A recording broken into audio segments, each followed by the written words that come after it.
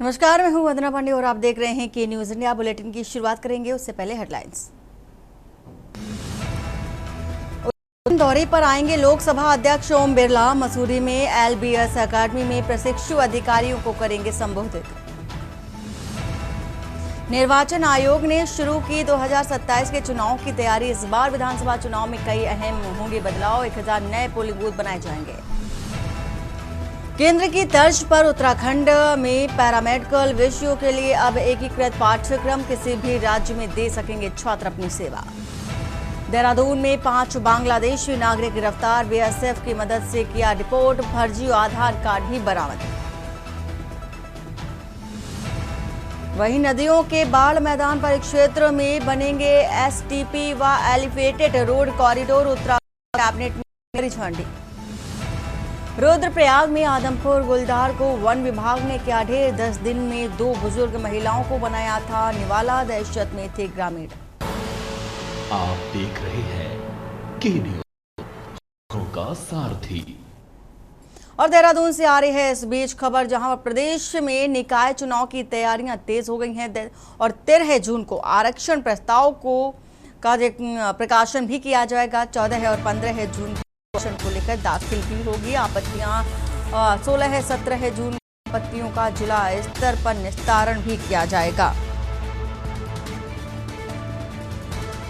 18 जून को आरक्षण की सूची का अंतिम प्रकाशन होगा। 19 जून को सरकार को भेजा जाएगा आरक्षण सूची और पंचायती राज विभाग, राज्य निर्वाचन आयोग अपनी सूची भेजेगा।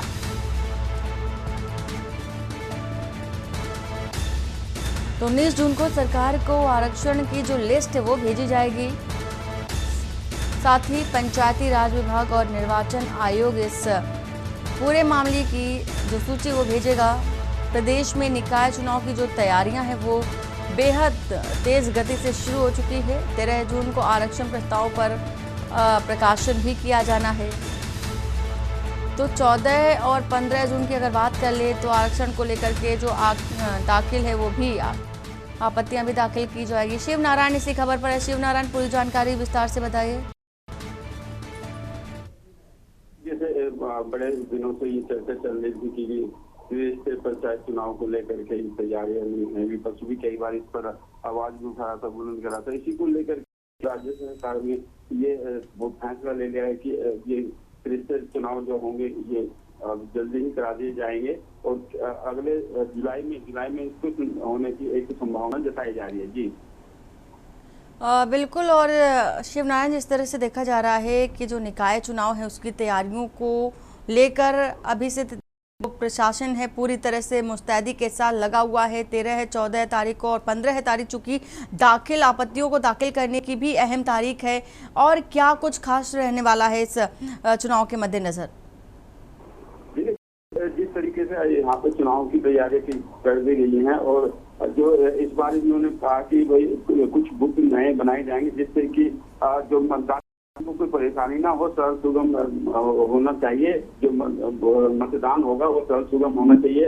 और जो यहाँ के जो मुख्य निर्वाचन अधिकारी ने भी कहा है कि 1000 नए बूथ बनेंगे और जिससे कि जो चुनाव होंगे उनमें सरल सुगमता और आने वाले जो मतदाता होंगे उनको किसी तरीके की परेशानी ना हो। जी बहुत शुक्रिया पूरी जानकारी साझा करने के लिए। देहरादून से एक खबर, 14 और 15 जून को आरक्षण को लेकर के आपत्तियां भी दाखिल होंगी और 16-17 की बात कर ले जून की तो आपत्तियों को जिला स्तर पर निस्तारण भी किया जाना है।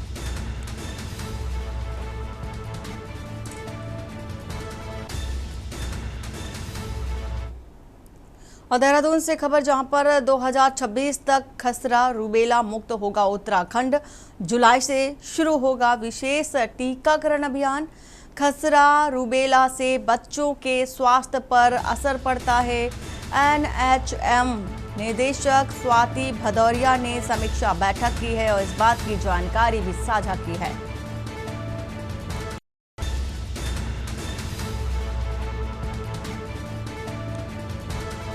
तो एनएचएम निदेशक स्वाति भदौरिया ने समीक्षा बैठक की और जानकारी चूंकि दी है 2026 तक रूबेला मुक्त उत्तराखंड बनाने की जो तैयारी है, कवायद है, वो तेज हो गई है और एक लक्ष्य रखा गया है कि 2026 तक, अगले साल तक खसरा और रूबेला से बच्चों के स्वास्थ्य पर चूंकि जो असर पड़ता है वो अब खत्म हो जाएगा। एनएचएम निदेशक स्वाति भदौरिया ने इस बात की जानकारी दी है। एक लक्ष्य, एक टारगेट रखा है खसरा रूबेला मुक्त करने के लिए उत्तराखंड को, जिससे कि बच्चों की सेहत पर, स्वास्थ्य पर कोई असर ना पड़ सके। उनके स्वास्थ्य को मद्देनजर रखते हुए ये एक खास तरह का जो लक्ष्य है वो निर्धारित किया गया है स्वाति भदौरिया की ओर से। एनएचएम निदेशक चुकी हैं स्वाति भदौरिया। देहरादून से एक खबर 2026 बताया जा रहा है, 26 तक ये टारगेट है पूरा। और ये अभियान चूंकि जो टीकाकरण अभियान है वो जुलाई से, इसी अगले महीने से शुरू हो जाएगा।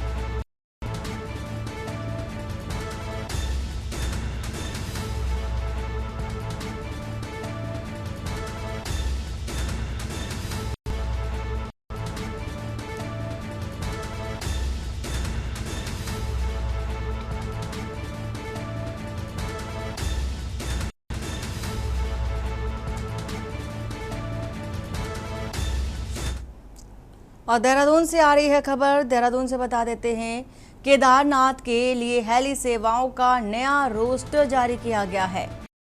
क्योंकि डीसीसीए ने धाम के लिए तय किया नया उड़ान रोस्टर और अब हर घंटे सिर्फ 9 उड़ानों की अनुमति ही।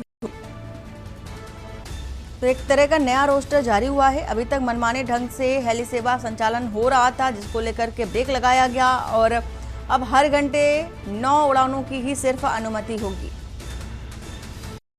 तो अभी तक ये है कि मनमाने ढंग से हेली सेवा का संचालन हो रहा था, लेकिन अब नहीं हो सकेगा। पहले प्रति घंटे 25 से 30 शटल उड़ानें हो रही थी, लेकिन अब चूंकि एक बार में केवल 3 से 4 यात्री ही सफर कर सकेंगे।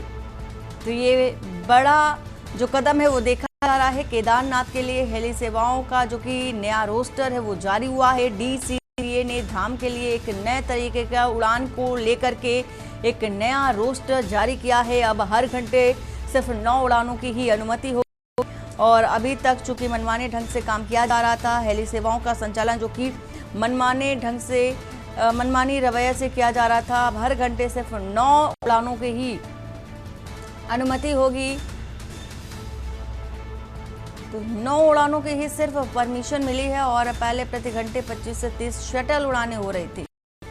तो बेतरतीब उड़ानों को लेकर के ये रोक लगा दी गई है। एक बार में केवल 3 से 4 यात्री ही सफर कर सकेंगे। केदारनाथ चूंकि 4 धाम की यात्रा चल इस समय उत्तराखंड में, और उसको लेकर के ये प्रमुख कदम प्रशासन की ओर से और उत्तराखंड सरकार की ओर से देखा जा रहा है। और भारी संख्या में केदारनाथ हैं श्रद्धालु और श्रद्धालुओं के सुरक्षा को लेकर के ध्यान में रखते हुए ये अहम कदम उठाया गया है। अब हर घंटे सिर्फ 9 उड़ानें ही अब चल सकेंगी, भर सकेंगी और ये परमिशन मिली है चूंकि डीसीसीए की ओर से। और पहले प्रति घंटे 25 से 30 शटल उड़ानें हो रही थी। और देहरादून से आ रही है खबर जहां पर मजदूरों की सत्यापन रिपोर्ट ना देने पर डीएम नाराज हुए हैं। देहरादून से एक खबर जहां पर आउटसोर्स कर्मचारियों का अब तक नहीं हुआ सत्यापन, जिसको लेकर जिलाधिकारी की नाराजगी भी देखी जा रही है। निकायों में कई कार्यों में लगे हैं आउटसोर्स कर्मचारी, लेकिन सत्यापन नहीं है, जिसके चलते नाराजगी देखी जा रही है। सत्यापन आज्ञा तत्काल गृह विभाग को भेजने के भी निर्देश साफ तौर पर स्पष्ट रूप से दिए गए हैं। आउटसोर्स कर्मचारियों का अब तक सत्यापन नहीं हुआ है। तो निकाय चुनाव को लेकर के ये खबर आपको बता रहे हैं। निकाय चुनाव में जो आउटसोर्स कर्मचारी हैं उनकी ड्यूटी लगाई गई, लेकिन सत्यापन से नाराजगी भी देखी जा रही है।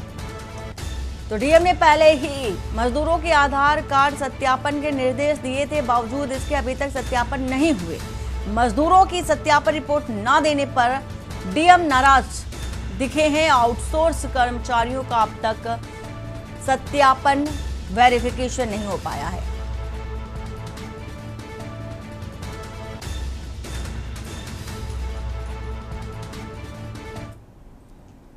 और देहरादून से आ रही है खबर, जहां पर स्वास्थ्य विभाग में डॉक्टरों के तबादले देखे जा रहे हैं। निदेशक से लेकर कई जेई के तबादले। स्वास्थ्य सचिव डॉक्टर आर राजेश कुमार का बयान इस दौरान निकल कर आया सामने। नई तैनाती से स्वास्थ्य सेवाओं में सुधार भी होगा, तो पहल देखी जा सकती है। नई तैनाती से स्वास्थ्य सेवाओं में सुधार होगा, जो कि अभी तक नहीं देखा जा रहा था, ऐसा स्थानीय लोगों का कहना था। स्वास्थ्य विभाग में डॉक्टरों के तबादले किए जा रहे हैं, जिससे कि जो डिपार्टमेंट है स्वास्थ्य विभाग जो कि है, वहां पर एक नई पहल से सुधार भी देखे जा सकते हैं। तो स्वास्थ्य सचिव डॉक्टर राजेश ने इस बात की पूरी जानकारी दी है। नई तैनाती से स्वास्थ्य सेवाओं में सुधार की उम्मीद भी जताई है। देहरादून से खबर, स्वास्थ्य विभाग में के ट्रांसफर और इसी के साथ ही निदेशक से लेकर कई जेडी के तबादले भी हुए हैं और उम्मीद जताई जा रही है इससे कुछ तो सुधार मिलेगा। स्वास्थ्य सचिव डॉक्टर आर राजेश का बयान, नई तैनाती से स्वास्थ्य सेवाओं में सुधार होगा।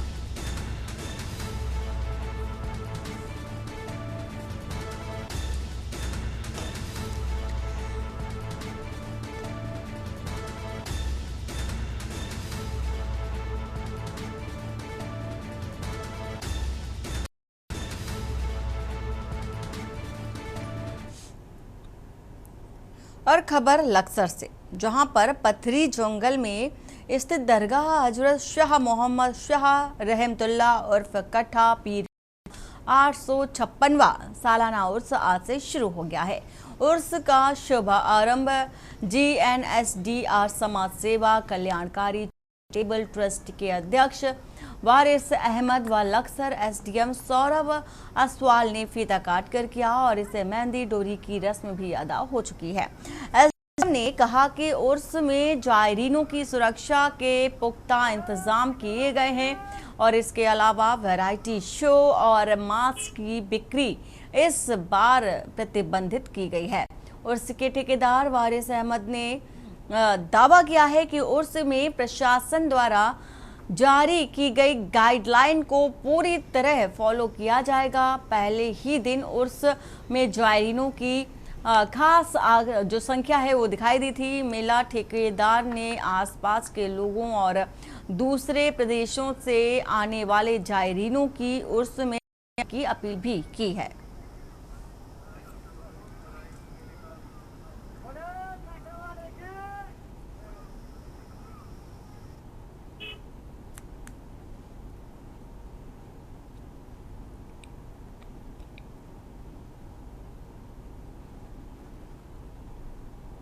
पहले से ये 5 दिवस का मेला चला आ रहा और अब भी ये 5 दिवस का मेला चलेगा, क्योंकि आज से मेला ये शुरू हो गया तो 15 तारीख तक मेला, 15 को रात 2 बजे मेले का समापन हो जाएगा। और इसलिए मैं सभी को यही कहूँगा कि भाई आप इस मेले में आइए और आके इस मेले का पूरा लुत्फ उठाइए। जैसे हमारे यहाँ झूले, सर्कस, मौत कुएं आदि वगैरह, रेंजर वगैरह सभी आए हुए हैं यहाँ पर। और आज सुबह 9:15 पर SDM साहब ने फीता काट के यहाँ का जनता को आगाज भी दे दिया कि भाई मेला शुरू हो चुका। ये बाबा काठा पीर के जोड़ के उपलक्ष्य में यहाँ पर 5 दिवसीय मेला लगता है। ये आज से स्टार्ट हो गया है और जैसे कि माननीय उच्च न्यायालय ने हमें SDM लक्सर को यहाँ पर प्रशासक नियुक्त किया है, तो हमारी तरफ से मेले में पूरी व्यवस्थाएं राष्ट्र भवन को दी गई हैं। सफाई व्यवस्था या सुरक्षा व्यवस्था सभी के बारे में सभी की ड्यूटी लगा दी गई है और मैं क्षेत्रवासियों को बधाई देता हूँ और उनसे अपील करता हूँ कि मेले में आएँ और बाबा काठा पीर। और देश के प्रसिद्ध उद्योगपति मुकेश अंबानी के छोटे बेटे और रिलायंस के डायरेक्टर अनंत अंबानी ने हरिद्वार स्थित हर की पैड़ी के संचालन से जुड़ी संस्था श्री गंगा सभा को 5 करोड़ रुपए का दान दिया। अनंत अंबानी 4 मई को पत्नी राधिका के साथ गंगा पूजन के लिए हर की पैड़ी पहुंचे थे और गंगा सभा के महामंत्री तन्मय वशिष्ठ ने बुधवार को पुष्टि करते हुए बताया कि यह दान राशि सभा के खाते में प्राप्त हो गई है। गंगा सभा के तीर्थ पुरोहितों ने अनंत अंबानी के इस योगदान पर उनका आभार जताया और जताते हुए मां गंगा से उनके परिवार के लिए आशीर्वाद की कामना भी की है।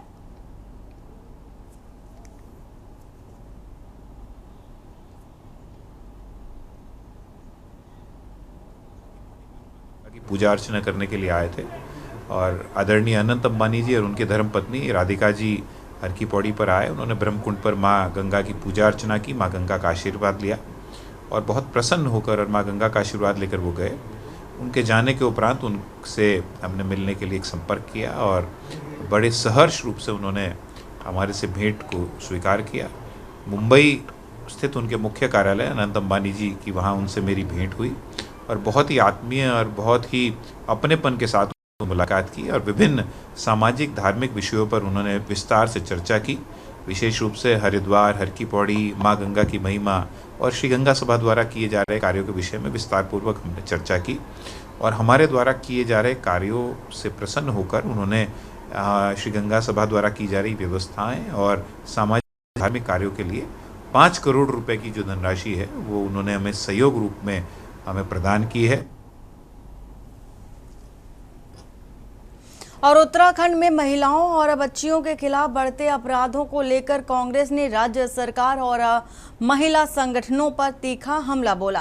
कांग्रेस प्रदेश उपाध्यक्ष सूर्यकांत धस्माना ने आरोप लगाया है कि प्रदेश में महिला अपराधों के मामलों में उत्तराखंड हिमालयी राज्यों में पहले स्थान पर पहुंच चुका है, लेकिन भाजपा महिला मोर्चा, राज्य महिला आयोग और राज्य बाल आयोग चुप्पी साधे बैठा है।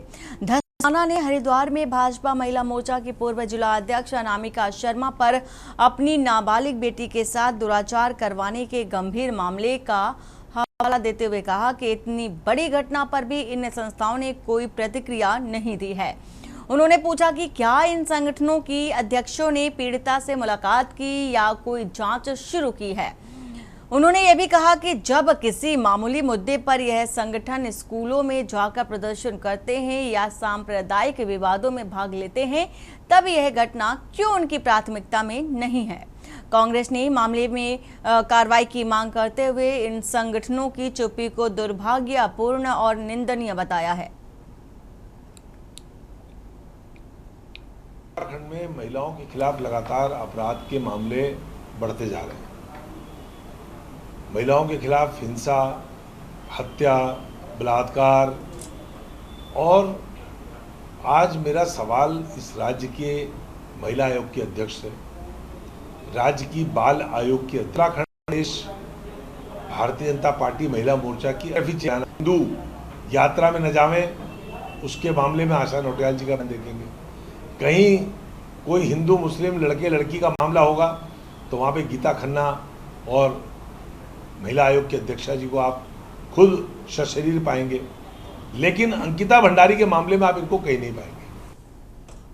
गदरपुर के उप जिलाधिकारी आसिमा गोयल ने दिनेशपुर में करीब 77 लाख रुपए की लागत से बन रहे श्री हरचांद गुरचांद नाट मंदिर का औचक निरीक्षण किया। उन्होंने निर्माण कार्य की प्रगति पर संतोष व्यक्त किया। यह नाट मंदिर हर वर्ष होने वाले वारुणी महोत्सव को ध्यान में रखते हुए बनाया जा रहा है, जिसमें से देश विदेश से लाखों श्रद्धालु शामिल होते हैं।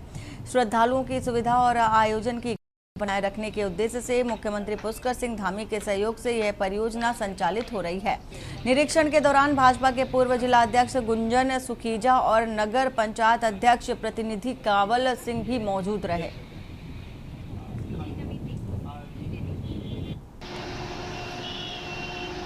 विशेष पर हमारा जो बंगाली समाज है तो सबकी बहुत बड़ी आस्था इस हरिचांद गुरुचांद मंदिर के प्रति रहती है और वर्ष लगने वाले यहाँ कार्यक्रम में लाखों श्रद्धालु पूरे देश विदेश से यहाँ पर आते हैं। तो यहाँ मंदिर की कमेटी की मांग थी कि यहाँ जिस प्रकार का पहले ये हॉल बना हुआ है उसी प्रकार के हॉल का निर्माण यहाँ पर करवाया जाए। उनकी मांग को ध्यान में रखते हुए अपने प्रदेश के लोकप्रिय मुख्यमंत्री आदरणीय पुष्कर सिंह धामी जी को हमने पत्र दिया था, उनसे मांग करी थी और इसको पूरी घोषणाओं में हमने शामिल करवाया। निरीक्षण के दौरान मेरी पहली विजिट है और मंदिर वाकई में एक ऐसा परिसर लग रहा है जहाँ के मन को शांति मिलती है। निरीक्षण में जो यहाँ पे सीएम घोषणा में जो एक पंडाल बनाने का कार्य किया जा रहा है वो काफ़ी त्वरित गति से किया जा रहा है। फाउंडेशन पड़ चुका है और ऐसा अवगत कराया जा रहा है कि विदिन 2 months पीरियड ये हो जाएगा, जो कि एक अच्छी स्थिति है। और अगर कोई भी इसमें किसी भी प्रकार की कोई भी कमी आती है या कोई भी रुकावट आती है तो उसके लिए प्रशासन तरीके से सहयोग करने के लिए इच्छुक। उत्तराखंड स्वाभिमान के अध्यक्ष बॉबी पवार ने देहरादून में आयोजित प्रेस वार्ता के दौरान राज्य सरकार पर भ्रष्टाचार को संरक्षण देने का गंभीर आरोप लगाया।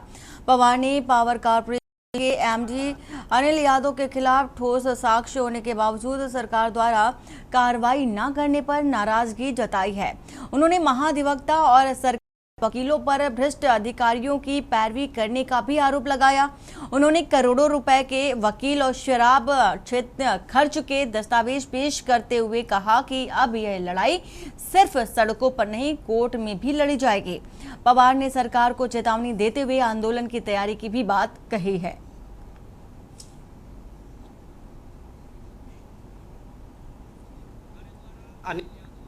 है यूपीसीएल के, उनके खिलाफ पूर्व में हमारे द्वारा एक प्रेस कॉन्फ्रेंस की गई थी और उसमें हमने कहा था कि इस व्यक्ति के द्वारा सैकड़ों करोड़ रुपए का भ्रष्टाचार किया गया है और अचूक संपत्ति इकट्ठी की गई है और उसमें सरकार के लिए हमने कहा था कि वो जांच करें, परंतु सरकार तो जांच नहीं कर पाई। परंतु पूर्व में इस व्यक्ति के खिलाफ विभाग की जाँच कमेटी ने इन्हें दोषी करार गया था और भ्रष्टाचार में लिप्त पाया गया था। इसके बाद जब सरकार ने नहीं सुनी तो हमने माननीय उच्च न्यायालय नैनीताल में एक जनहित याचिका दायर की और उस जनहित याचिका में हमने तमाम रखे जो हमने और नैनीताल स्थित राजभवन में शनिवार को सैनिक कल्याण विभाग द्वारा आयोजित एक शाम सैनिकों के कार्यक्रम का आयोजन किया गया और इस अवसर पर उत्तराखंड के राज्यपाल लेफ्टिनेंट जनरल गुरमीत सिंह सेवानिवृत्त ने वीरता पदक विजेताओं और उत्कृष्ट कार्य करने वाले पूर्व सैनिकों को सम्मानित। राज्यपाल ने अपने संबोधन में उत्तराखंड को देवभूमि के साथ साथ वीर भूमि बताते हुए कहा कि यहाँ के वीर सपूतों ने सदैव देश की सर्वोच्च बलिदान प्रदान किया है। उन्होंने बताया कि भारतीय सेनाओं ने उत्तराखंड का योगदान करीब 18% है और जो कि गर्व है। राज्यपाल ने पूर्व सैनिकों की भूमिका को समाज के लिए प्रेरणा स्रोत बताया और कहा कि उनका अनुशासन, नेतृत्व और राष्ट्रभक्ति आज भी युवाओं के लिए मार्गदर्शक है। ये जो एक शाम सैनिकों के नाम से जो कि हमारे माननीय हमारे राज्यपाल महोदय जी ने जो ये प्रोग्राम बहुत सराहनीय है, क्योंकि इससे हम लोगों को आकर के ये लगा है कि हमारे ऑर्गेनाइजेशन अभी भी हम लोगों को याद करती है और हमें सम्मान देती है। तो ये बहुत अच्छा हुआ है और हमें ये उम्मीद है कि ये आगे और अच्छा चलता रहे। इसका नाम भी था एक शाम सैनिकों के नाम, और आज हर एक क्षण जो हमने यहाँ बिताया है एक वीरता के रस में, एक राष्ट्र निर्माण, राष्ट्र सेवा के रस में बिताया है। आज सबसे अच्छा काम पूरे परिवार ने क्या किया कि हमारे जितने भी डेकोरेटेड ऑफिसर्स, जेसीओ, ओआर हैं, जिनको राष्ट्रीय लेवल, नेशनल लेवल के ऊपर में वीरता के पुरस्कार मिले हैं, उनको हमने सम्मानित किया। हमने अपनी वीर माताओं को, अपनी वीरांगनाओं को सम्मानित किया। इसके अलावा जो भूतपूर्व सैनिक हैं जो अच्छा काम कर रहे हैं समाज में, उनको भी सम्मानित किया। और बुलेटिन फिलहाल इतना ही। बाकी की खबरों के लिए बने रहिए आप के न्यूज इंडिया के साथ। नमस्कार।